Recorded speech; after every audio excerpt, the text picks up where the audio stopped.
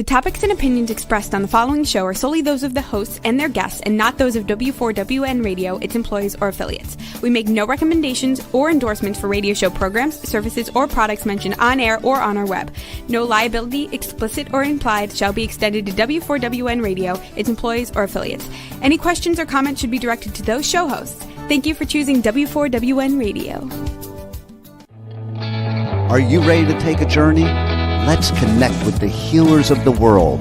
It's that time. It's time for the Language of Healing on W4WN Radio and Talk4 TV. Now here's your host, Dr. Nicole Fortin. Hello, everybody, and welcome to another episode of the Language of Healing. I'm your host, Nicole, and today we're talking about grief and loss, letting go, breathing new in, and the process of all of that. Grief is a healthy emotion. Actually, it's part of the cycle of life. It's when we get stuck in it, and there's obviously a process involved in grief, but we're going to talk more about the process, how it affects our body, how we can work through it with it so we don't get stuck in that pattern, and it's just snowball effects into ill health and less joy in life. And we want more joy and more fun, more laughter, and a little upliftment in the dark times. Today we have a guest, which I'm very happy to have with us, Dr. Melanie Haggert. We'll bring her on, and so happy to have you here with us. So Dr. Mel, she's also a TCM, traditional Chinese medicine specialist, doctor of acupuncture. She's magician with the herbs and sound and all sorts of things. Yes. Hi. And you work a lot with like emotional health in your practice as well. Yeah, that's pretty much what my practice is based on. I found over the years, we as acupuncturists just become honestly body psychologists as opposed to mind psychologists. We just treat the body, and we treat the body by, moving barriers in those Chinese meridians. So that is what I focus my practice on, and that's how I got introduced to this. Was had some blocked, meridians, sick pathways, and I went for acupuncture almost 30 years ago, and it changed my life. And I just found it remarkable. Yeah. Yes. So, okay. Well, you would mention that you have, I don't know, we'll just cut right into this topic Sure. here. Because we are also, so as Chinese medicine specialists, this is, we move through different elements through the season, like seasonal changes, right? And so and every element or season has a theme. And this fall season here is the metal season, and connected with lungs, large intestine, and the emotion of grief. It's like the leaves falling and winter coming. Is things decompose, regenerate, rest, and then we breathe in the new in the spring. So it's a bit of a heavy time. Also, holidays are up right now, so there's a lot of things associated with grief, loss, emotional triggers, you name it. Yeah, and we're also getting into the shortest time of the year, so far more yin, which is also the time of loss and grief and death. Is the most yin, is like when both yin and yang separate, and we're getting into that real, in the northern hemisphere, very, very short daylight hours too. So, and a lot of people, it seems, pass around this time. If they're close to passing, they usually pass within this kind of timeline. What do you think that's? Again, I think it's season, time of yin. Yeah. I always thought probably it's the transitional times, because there's also the idea that when we're in the deepest depths, like just the darkest time, we go through that, and then we start to rise again into the lightest season. And that transition of raising can also be difficult for people getting ready to pass. So like the early hours of the morning when the sun is rising. Yeah, Yeah, it is interesting how it all it is. ties in together, like nature. So anyways, this is just a great topic to have discuss right now. And Yeah. anyone listening, hope you get some cool insights from this chat. So yeah, let's hear your So, little yeah, inspiration. it doesn't have anyone that takes credit for what has written, but it just says coping with loss, and losing someone you love changes you. The world keeps moving, but you move differently. Some days you feel steady, other days the smallest memory hurts. You were not meant to get over someone who mattered. You simply learn to carry their absence um, with a little more peace. Grief softens with time. It never, ever disappears, but it becomes something you can live with.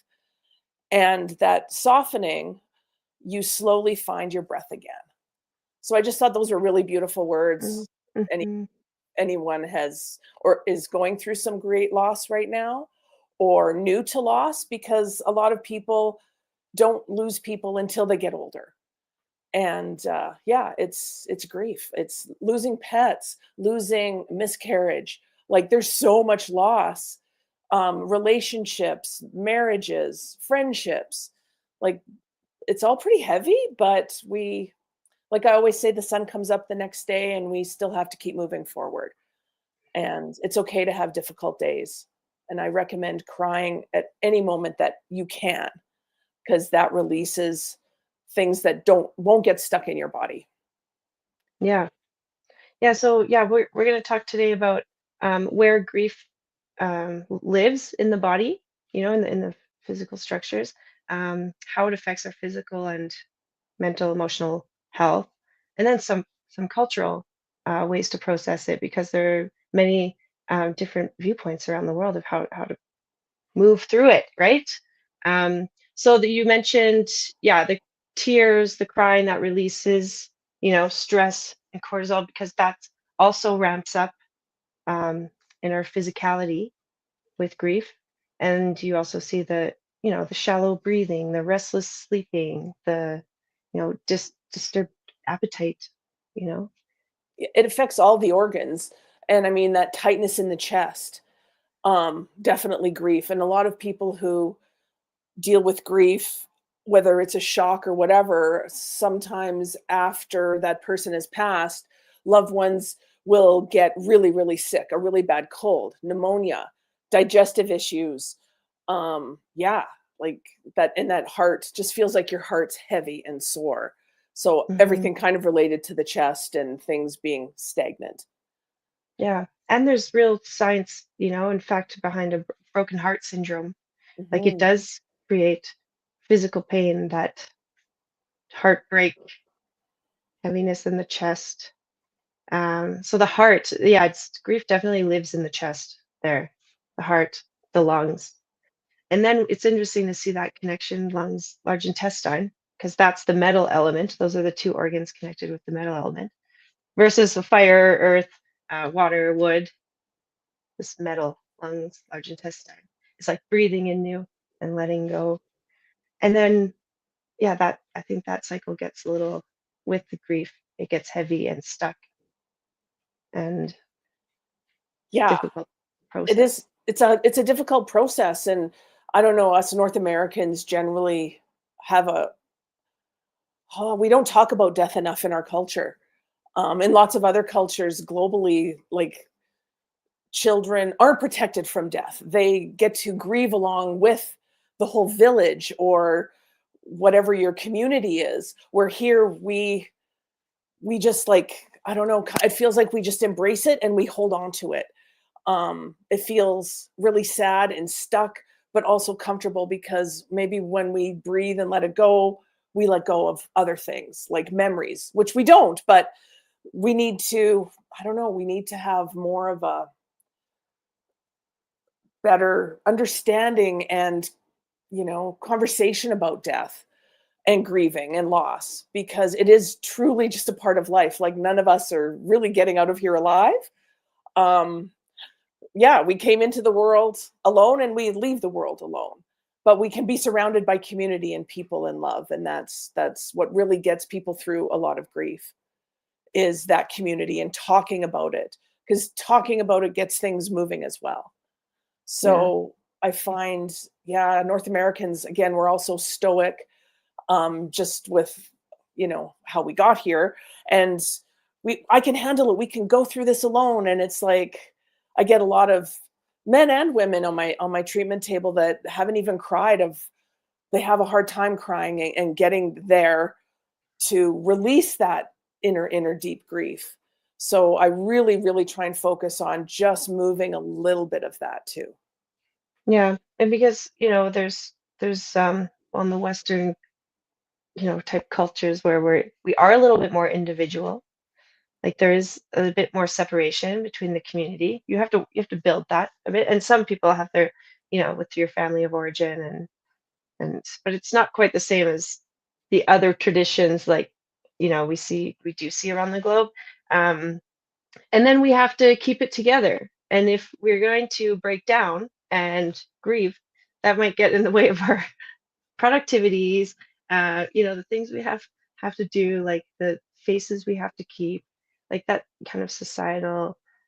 Yeah, I mean, I do think it's like open, and most people are quite compassionate to that. It's funny that we do take on that structure of way of processing, like dealing with things is pretty much not dealing. It's just sweep it under the rug, and then, but actually, the body holds on to that, so you can only really process it.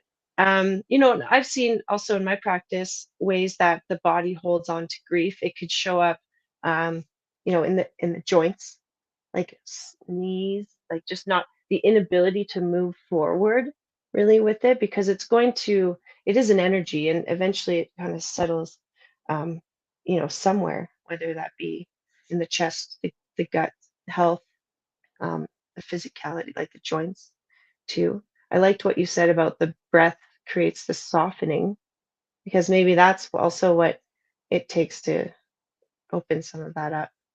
Yeah, The breath and creates a softening. it does soften. Always recommend anyone coming in for treatment.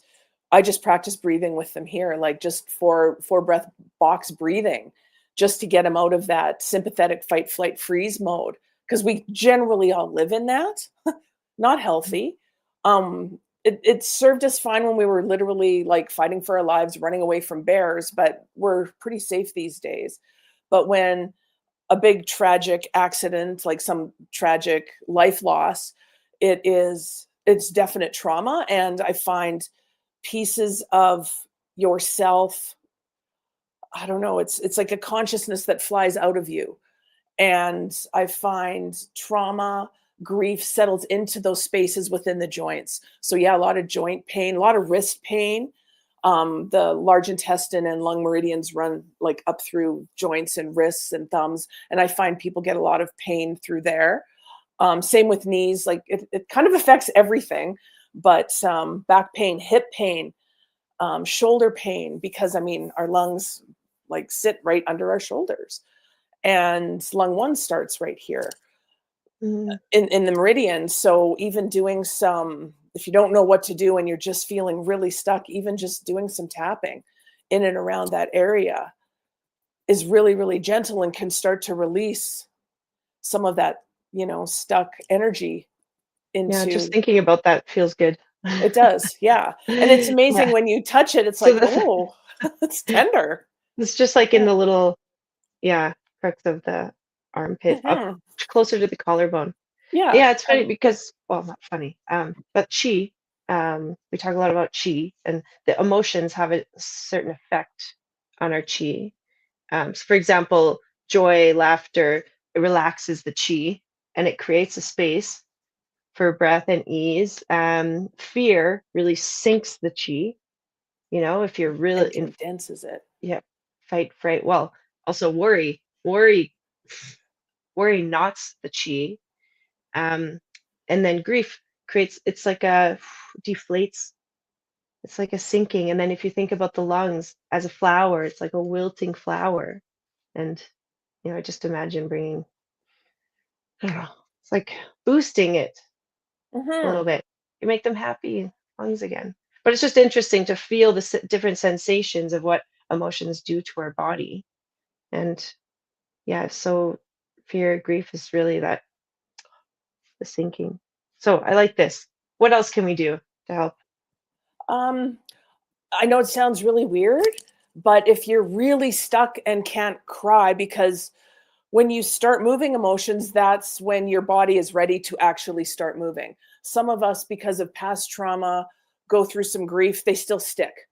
And I have people in here that is like, I still haven't cried over my whoever's death, my partner's death, my mother's death.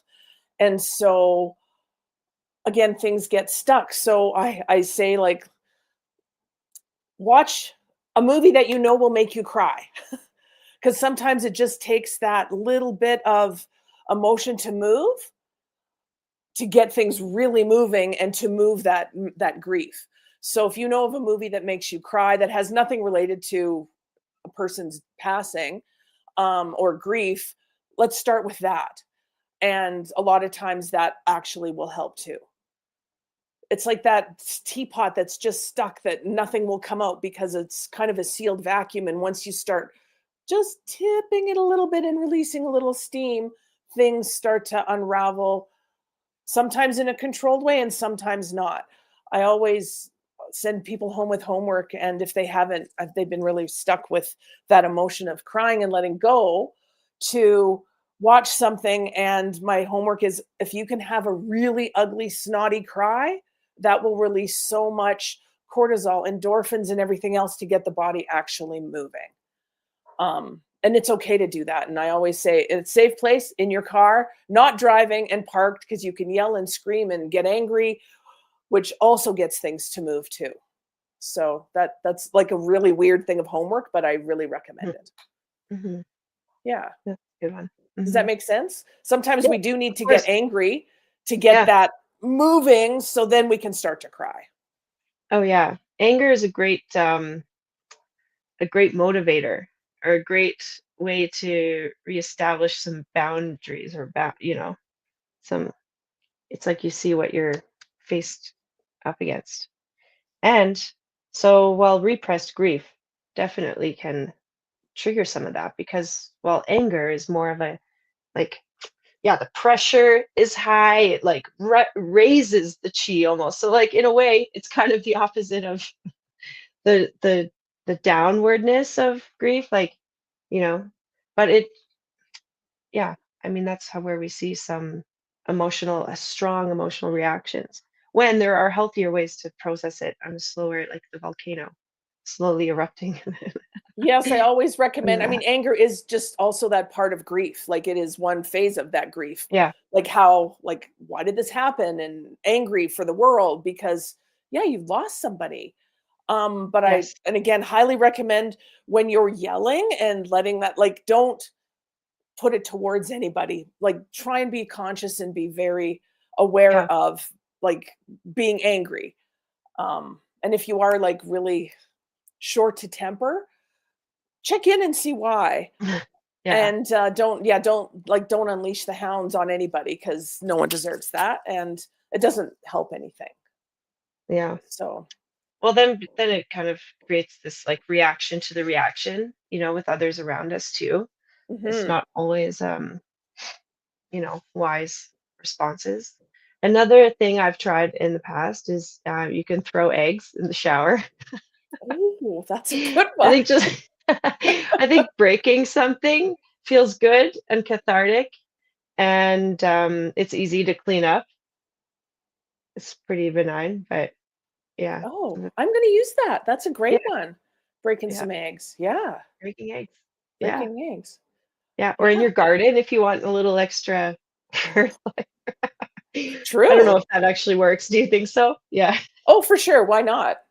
It'll Yeah. feel good, and then you can also, like, get angry and seriously pound in the dirt. I That's why I love spring for that, and because that really gets things moving after our long, cold winter, especially here in North America. Yeah. And if we've had this grief for months, it kind of, we sit with it for our, months, in our northern climate. But then, yeah, when we head into spring and things really start to move, feels good to get that aggression out on something else. So, Mhm. I mean, a Yeah, lot of it people helps. like to work out too. Sorry. Yeah. Like Yeah, that's true. walking, moving, dancing, Ugh, you know, dancing. One of my dancing. favorites. Me too. Um, Even like I'm going to tell a little bit about my husband. We've unfortunately had a lot of close friends pass in the last few years, and so many, in fact, that we haven't been able to work through each amount of grief or bout of grief, I would call it, because there has been just one after the other. So we kind of repress it, and we started doing some qigong. And after like 2 sessions of some qigong, all of a sudden my husband's heart just absolutely broke open, and he had uncontrollable tears and crying for a week. Didn't know what was going on, but it kind of helps to move a whole lifetime of, grief. So that was pretty spectacular to watch that one unfold. And Yes. yeah, Yeah. crying, So qigong. Mhm. qigong, tai chi, yoga, Yeah. anything that opens the chest and, gets things moving in a gentle way. But yeah, you'd be surprised at the deep healing that it will help with. Mhm. Facilitate. That's the word. Yeah. Oh, that's so wonderful. And just to be able, like, to have your body be in a safe place to just let that Hmm. go too. Yeah, well, anything that moves the chi, restores flow is the name of the game, you know? And all Yeah. of these ancient practices have known for so long. I mean, not just necessarily with grief, but it ties into all of the emotions that we feel or all of the stages and phases of life. Like what Mhm. keeps us going is keeping open and moving. It's when we get stuck in some, oh, we had that accident, that trauma. Now, it's like it stops flow. And then what? You get the backup and of course, it's not going to be happy as a, you know, n- constantly evolving, growing ecosystem that we are. Yeah. Yeah. So You let's know, dive into a little bit of, let's explore the other cultures around the world. What whew, have you seen and noticed and have been inspired by? Of course, we've talked about a few, like the dancing, but some cultures really view it as almost a celebrating a bit, not celebrating, but but it is a s celebrating. it is a s it's a sad celebration, you Yeah. know? I One little quip here. I follow a fellow who is a comedian who's an odd duck, but I really like what he has to say, and he lost his daughter. I don't know why, but he was like, "You know how to get when even on the treatment table or when you're talking to someone when they're really in their deep grief and can't move on, it's like just ask them a question. Tell me a wonderful story about this person who has passed or about your dog or what pet whatever, it doesn't matter. Just tell me a story because then that gets them out of that deep sorrow into something more positive and, Right. why they were important to you is telling about that, little snippet of tell me a good story about this person. And it really Hmm. does like snap people out of it and go, "Oh yeah," as opposed to just feeling that horrible stuck grief feeling. Um so I really like that and I use that quite a bit just in general talking to people. It's like tell me a good story about that as opposed Hmm. to them just being gone because that is sad. Um Yeah. and Yeah. So community, it is a celebration. It it does is. uplift. It's like the opposite. Yeah, so there's It's, tears. I was just watched a funeral via YouTube this week and everyone absolutely laughed and cried and it was just a wonderful feeling of community of again laughing and crying. It's that it's that a yin yang thing is laughter like sadness and happiness, right? All working yeah, of together. course. There wouldn't be one without the other. Yeah. So just living in sadness and despair does not move things forward. Right. So people singing, people allowing to grieve and move and wailing and laughing and with the whole community and family. And a lot of cultures do that, right? Hmm. So Yeah. There's one culture that I really appreciate and enjoy the way that they process not only grief, but just any kind of, we'll just call it dysfunction, I guess, or disturbance in the nature of community is the Hawaiians, the Mm. and their practice of the Ho'oponopono to make things rightly right. That's what that means. And they were big on, well, they see both as like the physicality of a body. So they have their treatments, right? Their ways of treating the physical trauma through the body. It's funny that the like somatics are such a buzz thing right now because it's like such ancient knowledge, you see that, or, it's just, it is not new. It is very old. The intelligence of the body is incredible. And so there was that physicality treating the body individually. And then they would come together as a community. And it's like you wouldn't leave that circle until things were rightly right. It's like to make things, yes, whole and float again. There's much more to that practice, but um, sometimes I think that's the missing link in a bit of the Western culture or Western mind is the community aspect of it. That we talked about at the beginning. So Yeah. Yeah. And just, I think the biggest thing for other cultures is their community, like when someone passes, for except Irish people, they go and have a wake. Always food, lots of drinking, but laughter, and again telling good stories and working things out. And I mean, I'm not suggesting we all go get drunk, but alcohol does have a it tendency to does move some move. stuff. It does move to some things, It right? moves energy. Yeah. It does. Yes. And So also, does laughter and movement in general. But which that's what wakes were all about. It's just a big, huge party. yeah. So yeah, the funeral I just attended via YouTube was called a revival. So Mm. it was lovely because it was definitely sad. And then everyone else went out after and sang karaoke, which this person loved to do. So everyone danced and sang and cried, and it was just a wonderful community experience. Um, so yeah, I mean, that's what the thing about a funeral is. It really does help. It doesn't help the person who's gone, they're gone, but it helps everybody else. It's a ritual. And that's I think one of the big things that, unites all of us in every culture is we generally all have some sort of ritual with death. And we need to keep that practice going. And because it's an important ritual. I find when people don't have celebration of life or a funeral, and you find out they pass and there's nowhere to put that grief, you just kind of have to work it through yourself. Or you can do your own thing and light a candle, or think of other ways to, get things moving. Yeah, I find I've lit a lot of candles lately to get things moving because Mm. not everyone has funerals anymore in our Yeah. culture. Right. Yeah. It's true. And death is like the completion of a cycle, Mhm. in a way. It's like, and if we never really find that closure or completion to it, that's, we never get to move on, Closure can be, yes, in so many ways as well. But coming together in a community is a great way to move that and celebrate Mhm. because the beginning, is it the beginning of the end or the end of the beginning? Yeah.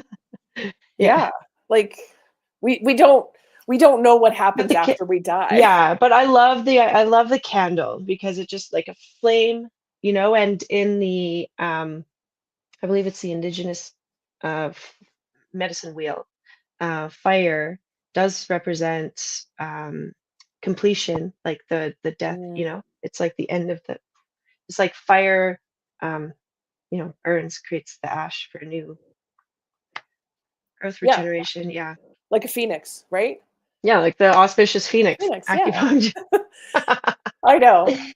It is Yeah. the revival, and that's what it's all about. Like revitalizing our lives, and you know, just doing it a bit differently, or better, just improving our Yeah, more I selves. guess trying to be just more in tune with this, with our body, Mm, and really feeling it, because when you really do feel it, sometimes like then you can move on. Like I said, that really ugly cry, throwing eggs in the shower. Oh my God, I'm definitely keeping that one. yeah, Um, even like funny movies. I love a good comedy to like break up, relax that chi a bit. well, and At least create sometimes you space for need breath. that really laughter if you're laughing hard, and then it actually will turn to crying. Yeah. Like, because it just moves that, and then you start crying and you don't know why you're crying, but you're crying, and it moves what needs to be moved. Mm. Something my husband and I have started, and it's based on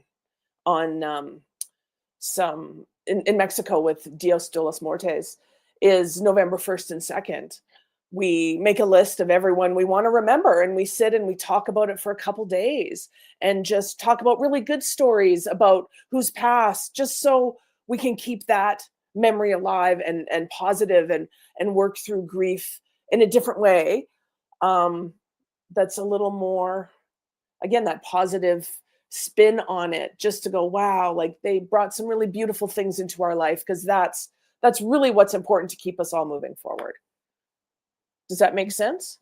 Yeah, of course. And Yeah. like the sacredness of a ritual, Mm, the remembering, isn't that what it's all about too? Yeah. yeah. Yeah. And the So, because like these people, obviously, if we're grieving pets, um, people, relationships, like it doesn't have to necessarily be death even to feel grief, mhm. even, we were talking about before about like there's items, even sentimental things that, we may lose them, like a house fire, even. I'm just thinking like the grief Flood. of yeah, yeah, natural disasters.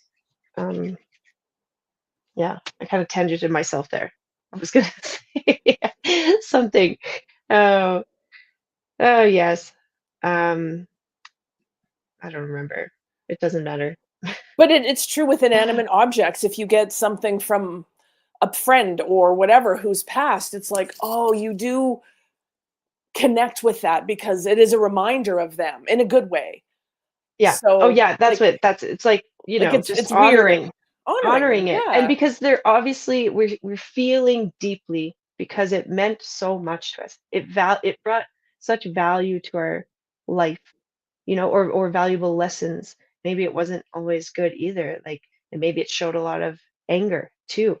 That's also can be quite a blessing because now you get to really feel that boundary, I guess, Yeah. of what to do, next time, like how to make more, bring more in, that nourishes you, that does, you know, kind of make you feel better and happy. And yeah, lifelong learner. And I always feel like when someone that's very close to you passes and you feel that grief, it's also an inspiration.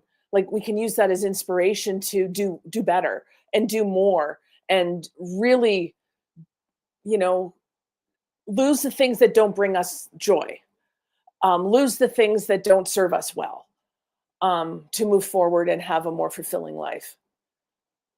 Does Yeah. that, Oh like yeah. Like that's a I huge pattern. Yeah. one of my um yes, obviously there's maybe like different aspects of grief, loss, sadness, sorrow, because there's like the true loss of someone, like that grief. And then you've got, the rituals, the remembrance, the really held close to the heart, those dear, dear aspects. And then there's just even the idea of purging your house or clearing out the clutter and the time of metal.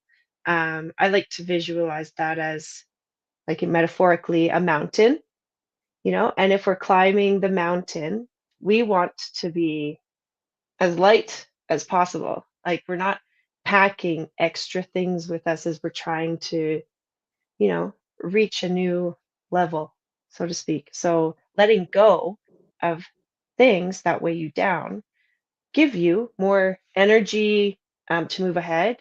Also, the ability to pick more newer tools up along the way.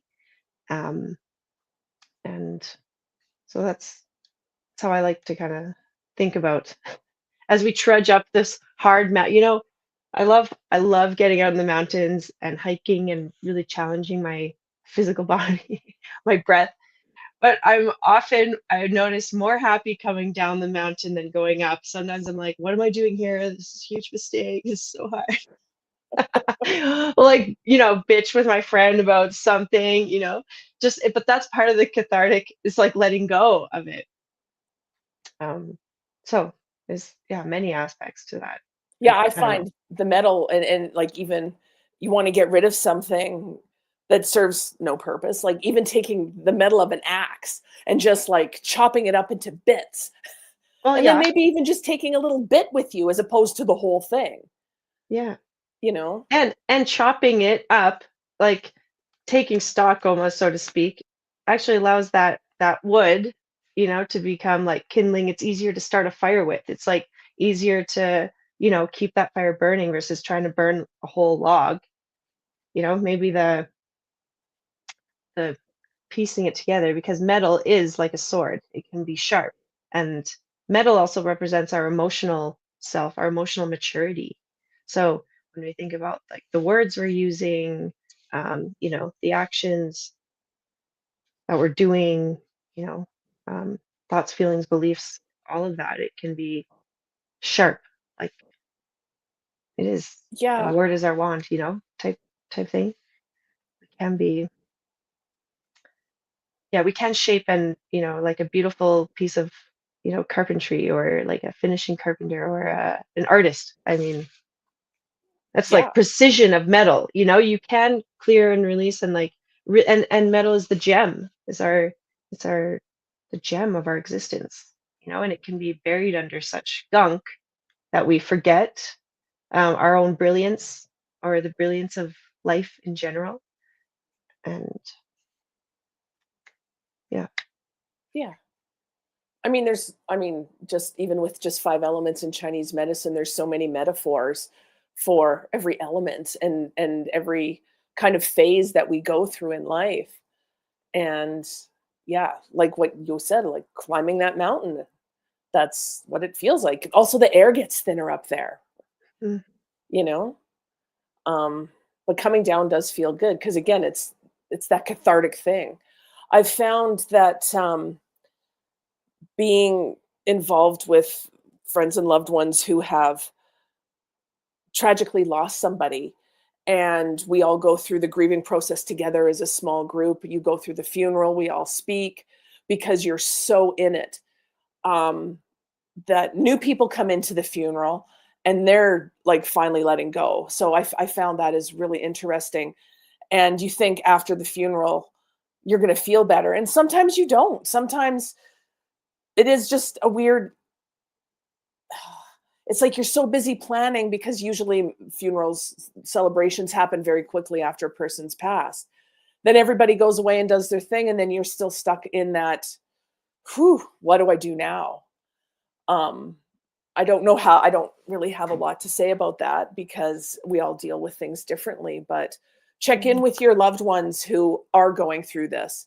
Like post a week after a funeral, after they've like gone through everything, because that's when they start to go through the emotions and everything of like the grief and the anger and all of that.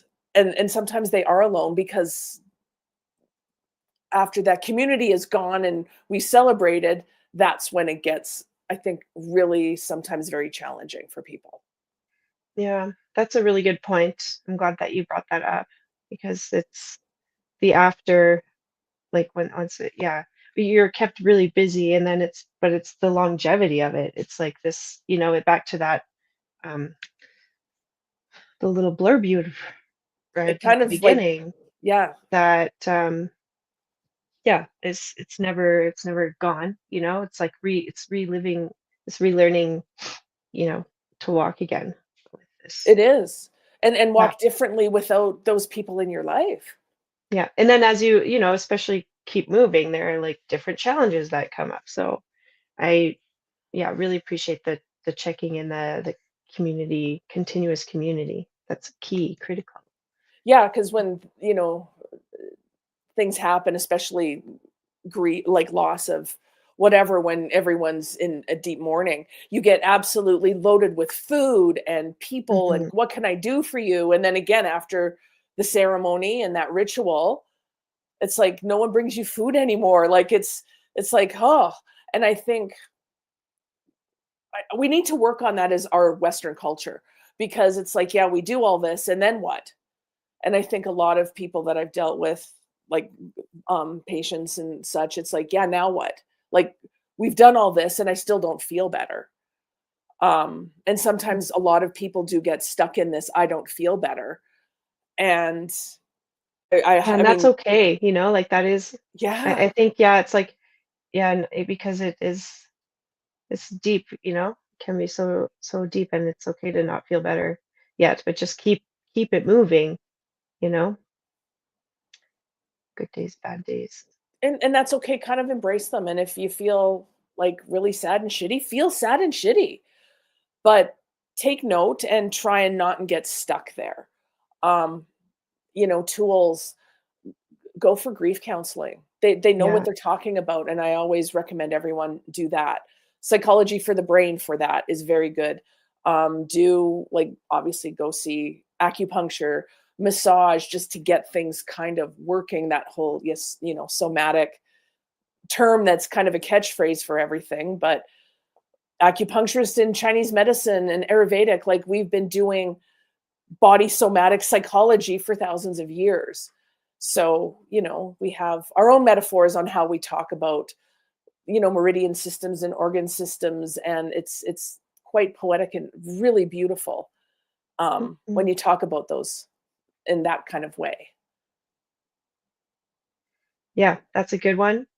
And sometimes, like I noticed for myself, or, I think it's just a good um, activity, if you are getting stuck something, like, obviously there's the things like the just literally snapping out of it, like creating some movement, the tapping, um, but also just doing something that you're really good at. Like, I'm really good at driving. I'm just gonna get in my car and I'm gonna drive. Or uh, I love laundry. I'm gonna, I'm gonna Yeah. fold something, like, whatever. Just something that breaks up um, a bit of that cycle. It doesn't have to be big, doesn't have to make you feel better. It's just moving, you know. Yeah. And but there's a power of the pause and honoring. Mm. It's not about letting go of that or rushing through anything. Back to our type of mentality of, just sweep it under the rug type thing. And how do you know when you've really like moved on, There's I don't know. There's so many layers.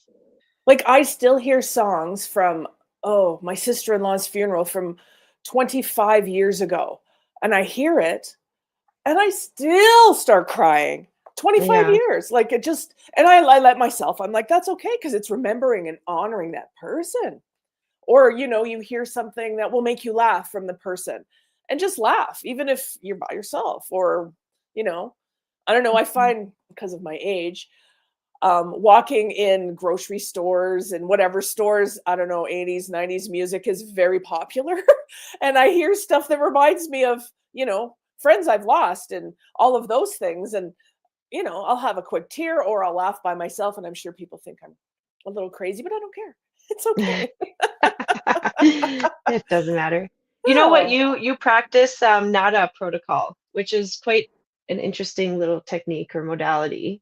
Um, yeah, it yeah. Do you want to works. share a little bit about that? We have like 5 minutes, Oh my so gosh. Okay. I know It's time flies. ear acupuncture, and it was kind of developed for addiction, but it works really well in releasing trauma and just setting the whole body and organs more of just calm. It's just 5 points in the ear, which you can put needles in, or you can also do ear seeds. And I find I've worked in groups that never wanted, no, we're not doing this. I'm scared of needles. And they see one person and they're all laughing. And then all of a sudden the whole room goes quiet. And Mhm. it's like everyone's just working very gently through what they need to work through Yeah. And without, sometimes and the it's most subtle, nonverbal. Yeah. yeah, it's so most subtle things can be, you know, in a way, nonverbal is good because then you're just tuning into like the body is speaking. But that's a good point. We kind of didn't touch too much on that, but the coping mechanisms someone might take on or, get a little bit more into, like unhealthy way, addictions are huge with that, just ways that we can kind of not feel that feeling because it doesn't always feel nice. So yes, that's another aspect that acupuncture or NADA protocol or, going to therapy, doing all the things can help, because those are inevitably going to show up, right? Like, how can I cope with this? How can I process this? And Yeah. So again, highly recommend doing some body work with an acupuncturist or massage or whatever works for you. Um, and also psychology. Like honestly, go see some grief counselors because they really do. So like, yeah, let's work on your mind and your body by releasing all of those things that need to get you moving forward. Because a lot of people will start smoking, um, will start drinking because the pain is just so much that you just want to numb out. And yeah, so addiction after a big loss and grief is really, really common. And you don't really want to go down that because that's a whole other thing plus grief to get working through. yeah. So, And yeah. on the note of smoking, because it's lung related, Mhm. which lungs are kind of the organ that holds grief, if it lives in the chest. So it's interesting. It's like a little like smoke screen over. It's like we don't see you. Yeah, like let's just calm this down and have a Uh, cigarette because it does yeah, feel like we're calming that down. yeah, And I mean, originally tobacco, nicotine, like that was a spiritual, like it was a uh ritual, right? Like it right. was used in ritual. And that's okay using it in ritual. That's when all those things, same with alcohol, a ritual. But when you use more of them and more of them and becomes an addiction to repress all of that, feeling that's overwhelming, that's when you definitely need to, I guess seek some help. And there's nothing wrong with that, ever. No judgment ever. Mm. Yeah.